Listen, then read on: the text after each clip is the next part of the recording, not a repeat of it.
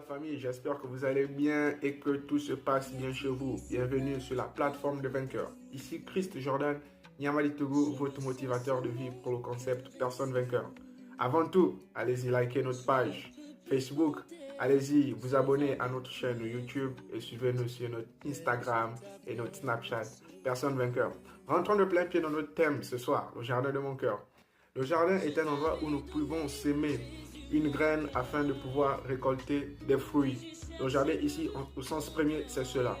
Des fruits qui ne sont pas forcément des fruits comestibles ici ce soir. Nous n'allons pas s'aimer bien sûr dans notre cœur une graine pour récolter des fruits comestibles. Le cœur qui est bien sûr l'organe principal, l'organe vital du corps humain. Cet organe qui permet la circulation du sang dans notre corps. Sang qui est très important pour que nous puissions vivre.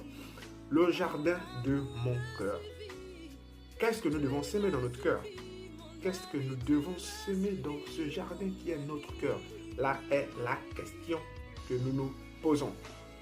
Bien sûr, il faut s'aimer des bonnes graines dans notre cœur. Les bonnes graines, c'est-à-dire il faut avoir des bonnes pensées. Il faut remuer dans notre cœur des bonnes choses pour que les fruits, c'est-à-dire nos actes, soient bons comme les graines que nous avons sémées à l'intérieur de notre cœur. Si nous sémons des mauvaises graines en nous, bien sûr, nos fruits seront très mauvais. Prenons un exemple simple pour la haine. Lorsque vous n'aimez pas quelqu'un, lorsque vous ressentez du mépris pour une personne, vous remuez cela dans votre cœur. Vous êtes seul avec vous-même, dans votre maison, dans votre chambre, ou peu importe là où vous vous trouvez, vous remuez cela dans votre cœur. Vous vous dites, je n'aime pas cette personne. Et dès que vous êtes en présence de cette personne, votre comportement, votre façon d'agir envers cette dernière montre automatiquement que vous ne l'aimez pas parce que dans votre cœur, vous avez sémé cette graine-là qui dit que vous ne l'aimez pas. Donc, automatiquement, votre corps réagit en fonction de ce que vous avez sémé au fond de vous. Lorsque vous êtes devant un obstacle, devant une épreuve, vous vous dites, je n'y arriverai pas. Et bien sûr, tous vos organes moteurs, c'est-à-dire vos bras, vos pieds, tous vos organes qui sont censés poser des actes, deviennent faibles face à l'obstacle, face à l'épreuve. Vous ne vous rendez-vous pas compte que lorsque vous êtes triste, cela se remarque dans vos actions, dans votre attitude avec l'extérieur, dans votre façon de faire. Ne vous rendez-vous pas compte que lorsque vous êtes joyeux, c'est tout de suite remarquable sur votre visage.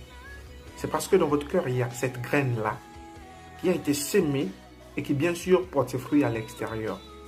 La graine de tristesse qui est dans votre cœur apporte un fruit de tristesse sur votre visage. Apportez un fruit de tristesse dans vos actions. Apportez un fruit de mort.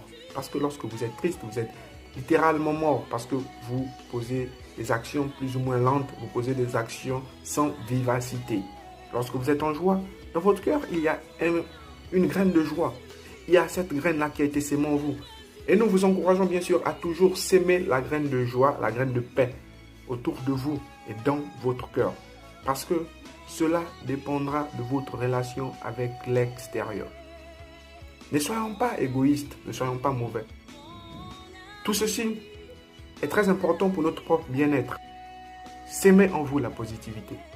S'aimer en vous la relativité. S'aimer en vous la joie. S'aimer en vous la paix. Pour que vous soyez en paix avec tout le monde et que vous soyez toujours en joie.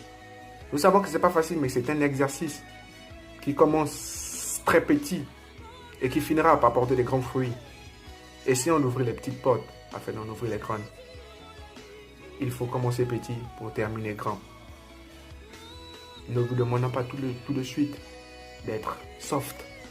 Nous vous demandons juste de faire des petits exercices qui vous emmèneront bien sûr demain à pouvoir réaliser des grands travaux. Nous espérons que vous nous avez écoutés et que cela a été très utile pour vous. Merci. Et gardez toujours la tête sur les épaules. N'oubliez pas, personne vainqueur, c'est un autre regard sur le monde.